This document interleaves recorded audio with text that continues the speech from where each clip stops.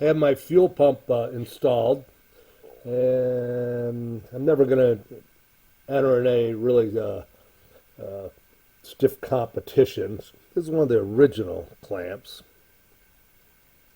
George Howard slash, what's his name again? I got it here.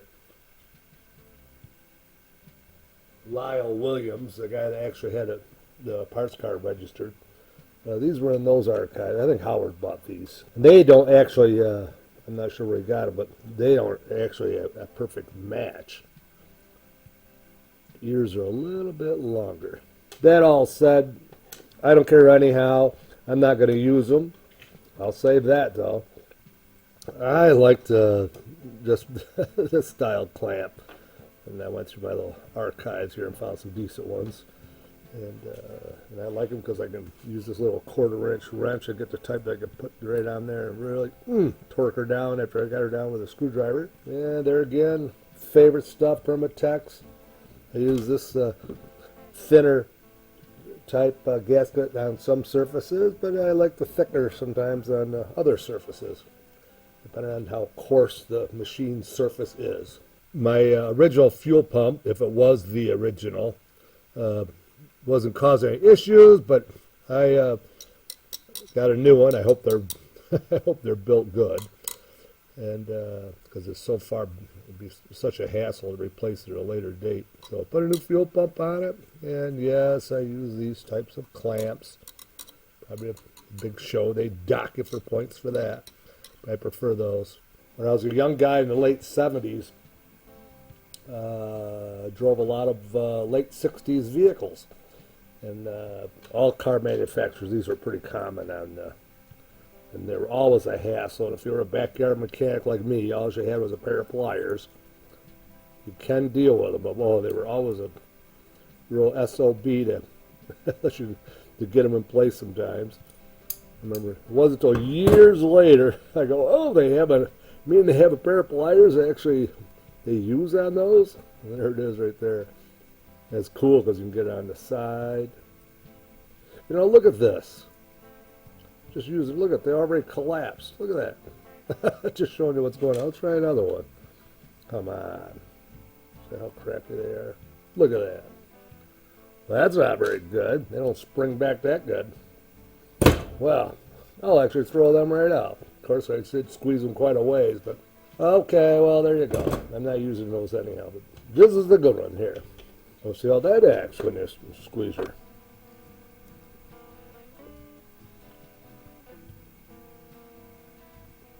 Boy, I can feel the tension. It's a lot strong. Feel that. That's why I save these whenever I find them. The originals, although I don't like to use them. Maybe I should put it on just to have it in place there. Look at that junk. So there you go. There's your example right there. I don't know who produced these or where, I'm going to say Howard bought these, but look at it. Boink. Look at it. Already sprung. Crap. I'm going to take a little time out and restore my ice pick. People don't realize that these were a real household tool in the old days. In fact, when you have to get a block of ice and chip it and break it up. I'm going to go ahead and chip all that. It's coming out pretty good. I really like that color green paint. It's one of my favorite shades. But it was pretty much chipped off. And so sometimes you leave things alone, but it was too far gone. Do a little sander a little bit. Of course, it's already, the green was off. Different oils have already stained the wood pretty much, because that looks pretty good. Normally I put a little linseed oil on there, but I think I will. I got some of that green paint I've been saving. I'll spend a lot of time on this, but we'll sand it a little bit and think about it. And the final coat.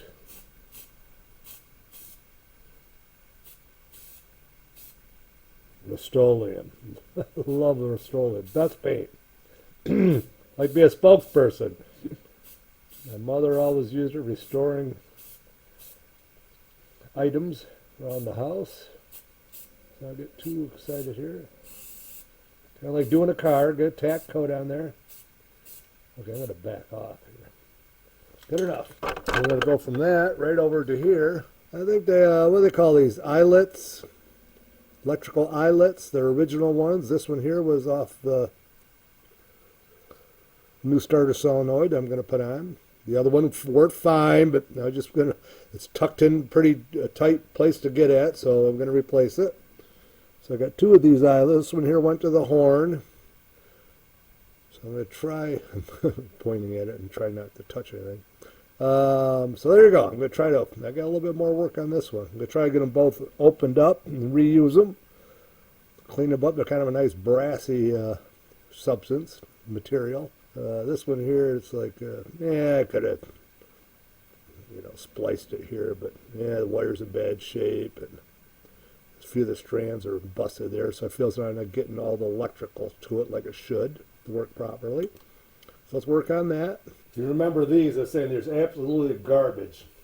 I already showed you once, but I can't, the spring tension wasn't nearly as good as the original. Look at that. They're terrible. Remember this little sideline experiment I'm going to show you here? Look at that, how nasty that thing is. The crescent wrench. Remember the rusted crescent wrench I found in the... I just drooled on myself. Okay, we're going to deal with that in a little while. Look at that.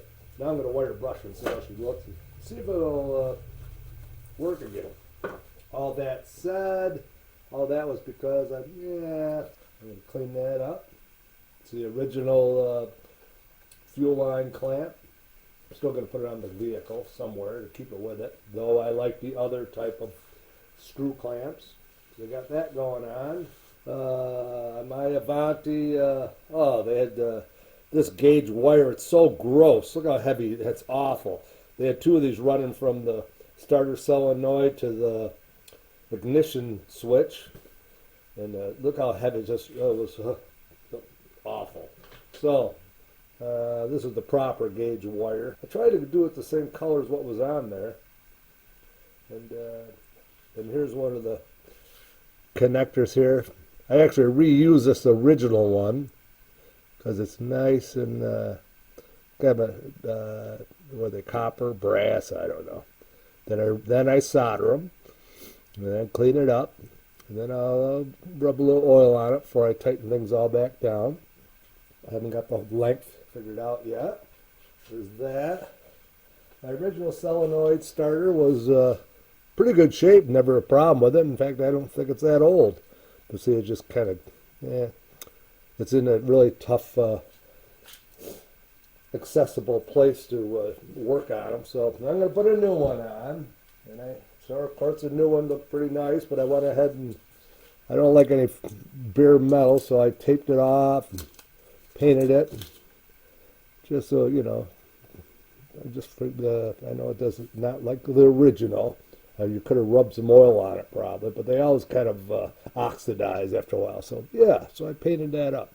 Before I put it back on the car, I solder my connections with a little solder and a little gun. Let's get our starter solenoid put back together. Remember the crescent wrench? Look at that. Look how badly that was pitted. So they're just showing you that acid will penetrate where sandblasting will not. I'll put a little oil on that in a while, and then put my toolbox. I wish I could make out what make it is, but see, it's underneath. You almost see it under the rubber. I'll bet it's USA made. And okay, here we go. Back to the wiring. Here's my, remember this? Ice pick pointer. It is missing this little piece there, but it's not loose. Okay, the wiring harness on this vehicle is in pretty good condition. Hadn't been hacked up too much.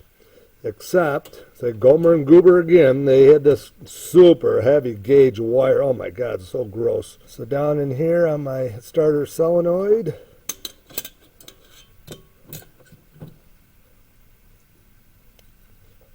here's original wire that was off of my, I'll call it the reference Avanti. It has that kind of connector that goes on the solenoid, pops on, which I'm familiar with from my era.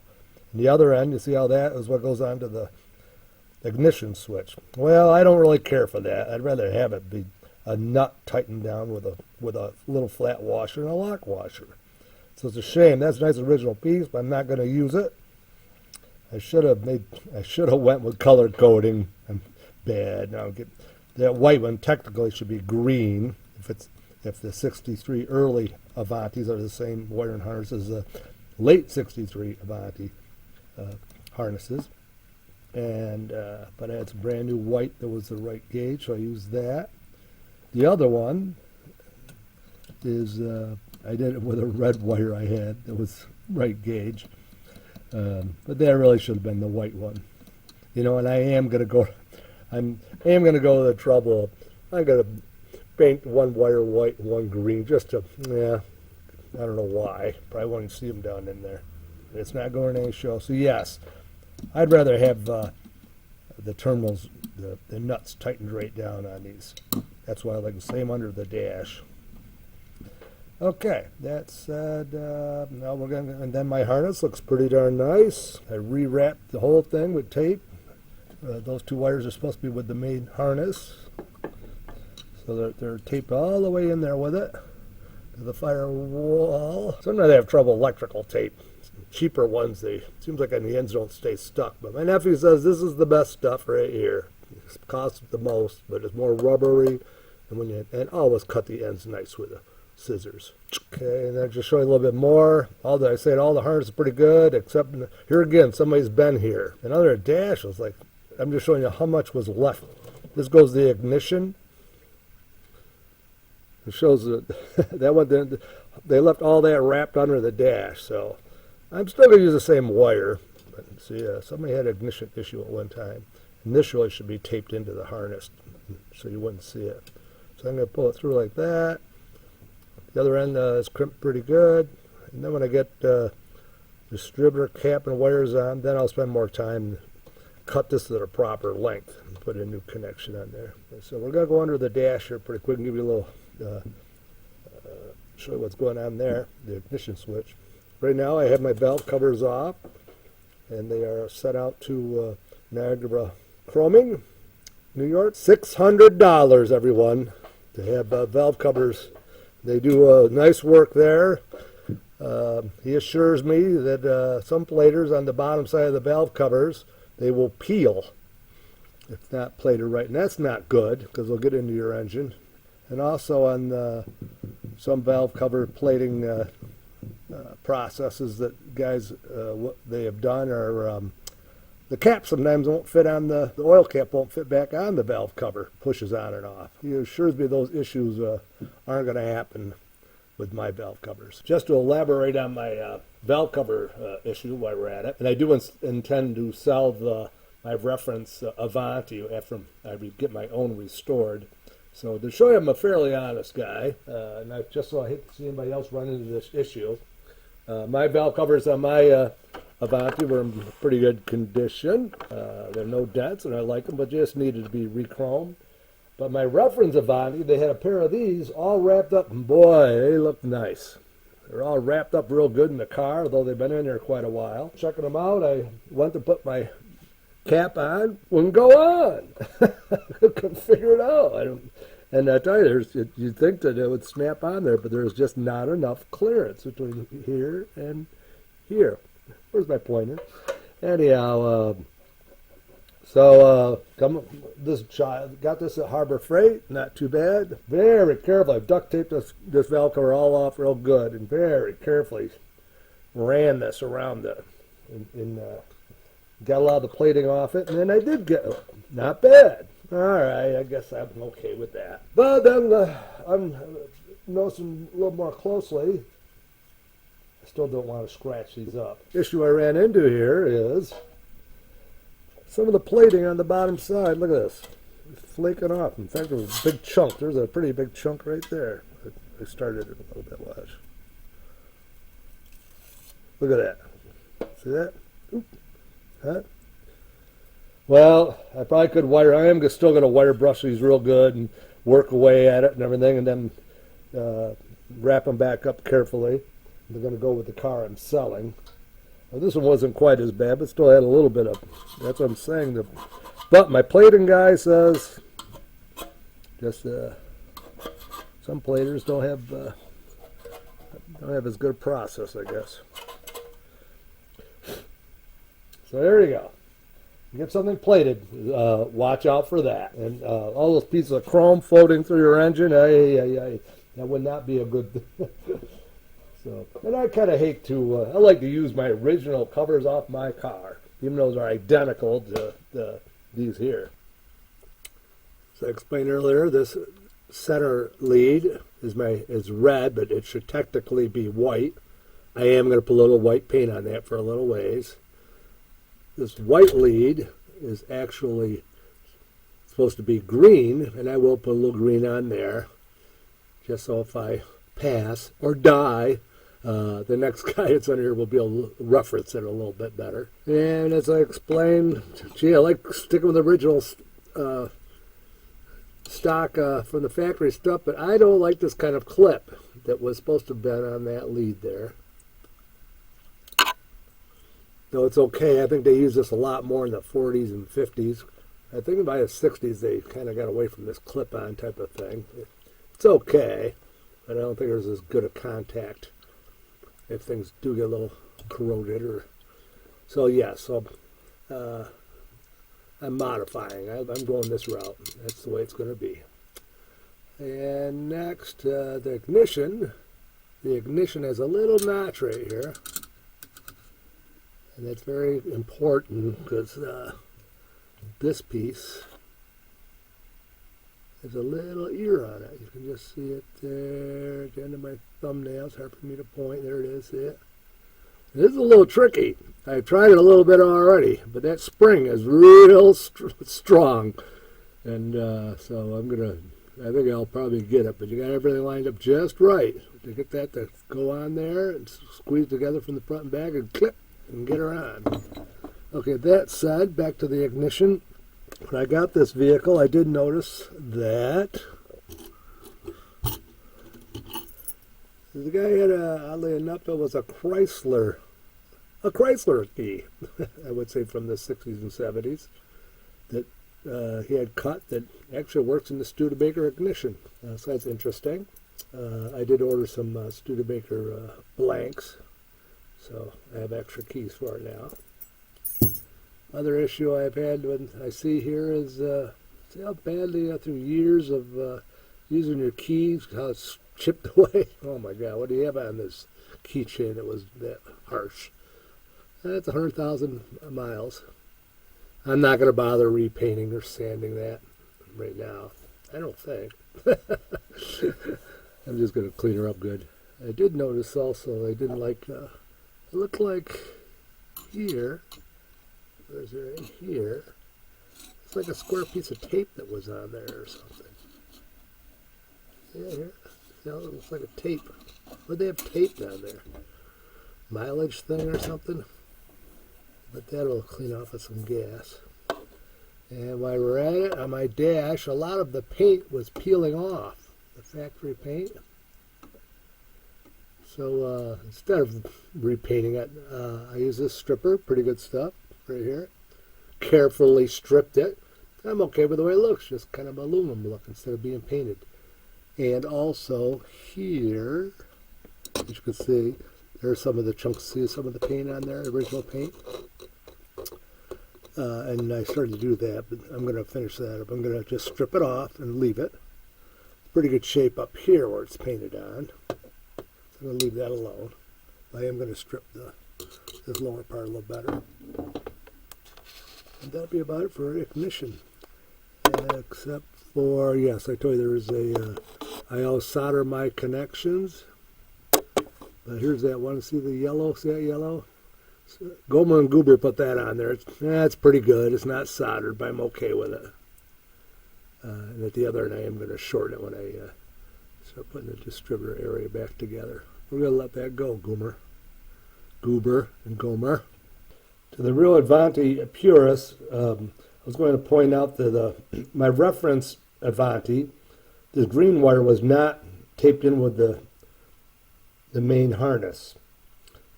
Though what would be the white lead from the solenoid did look like it was woven in the harness. And but I taped them both on my harness. And believe me, I was really tempted to cut and use this original wire, and I was going to change the ends, but I just couldn't bring myself to do it because I think that's an original piece there. And I don't know if they make complete harnesses for these Avantis or not, but it's Your original is always nicer if they're fairly good shape. Just put a little dab of oil on all your little connections. So I'm going to put that back in the reference Avanti, and somebody's going to get it. Though I should keep it with mine. Just to show you what kind of a nut job I am. See, I just finished painting my red lead white, so that's correct. Okay, and I'm going to go do under the hood next, and then I'm going to go over to the white one here, and we're going to paint that one red. About that far. Oh, like a little spot right there. See it? Yeah, see, I touched it right there and messed it up. Try to do my left hand here. Left hand. There you go. And the same under the dash to the ignition. I wonder if there's an Avanti expert out there that really could tell me what were the exact original muffler clamps on this vehicle. This had an assortment of different ones, mostly 2-inch. This one I don't think even something put on. It's 2.5, I think. But these some, and I'm going to weld all my joints instead of having all these clamps on it. So these clamps are just going to be used for the hangers, the tail pipes, and midway, I think, 3/4 back. I need 2 of them. This one here, I'm going to say almost could be original. Because boy, I did acid dip it or sandblast it. It was really pitted bad, but I bet that might actually be the original one. I'm going to use it, keep it on the car. So let's see, I was going to move ahead and weld my exhaust system up, but I had to put everything on hold because what they refer to as, my book over here, this is the Studebaker parts catalog, and here they refer to those rubber mounts as insulator rear support. And here's a picture of one right there. And the part number. Now it looks like one piece there, wouldn't you say? It's got a little curve on there too, see it? Okay, that's going with this catalog. I took one of mine, I didn't really like them because saying the rubbers are kind of squashed, but this is what this was originally on the car. I took one side off.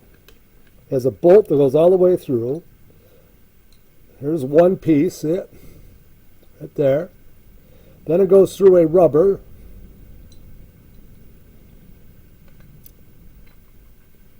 Oh, but it's stuck in there pretty good. It had it already. Then it had a sandwich this rubber block through the bolt, through the block, and then into this metal piece. And that's what the mount on my original, this is originally on the car, I'm sure. There you go.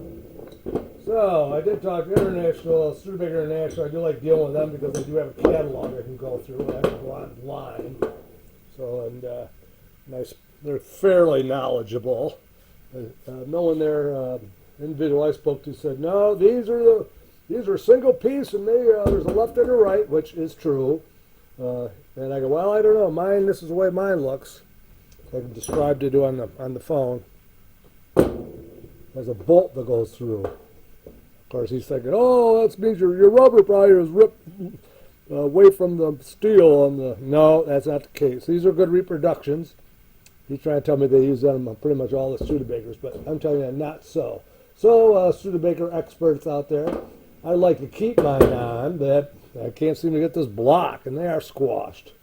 So I am going to replace them with the reproductions, but these are original.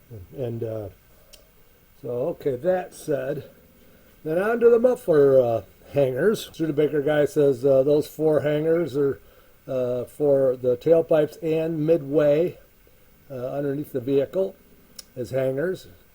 And I question that a little bit. As I say, I don't think I should ask any one of them if they've actually restored an Avanti.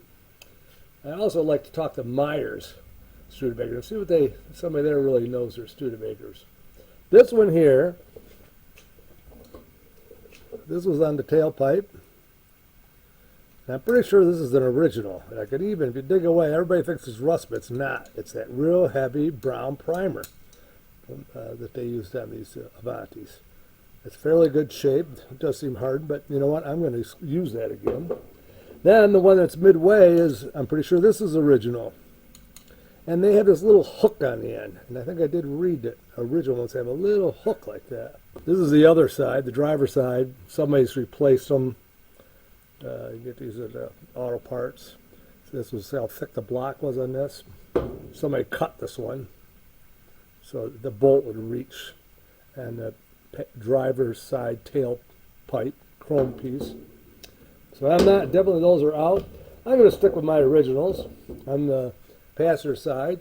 Here's what I got from Studebaker Avanti, or Studebaker International. These are good. You get these at any auto parts. They're only like $3.50, and so I thought I'd see what they had to offer. So yeah, it's kind of universal, but look at it.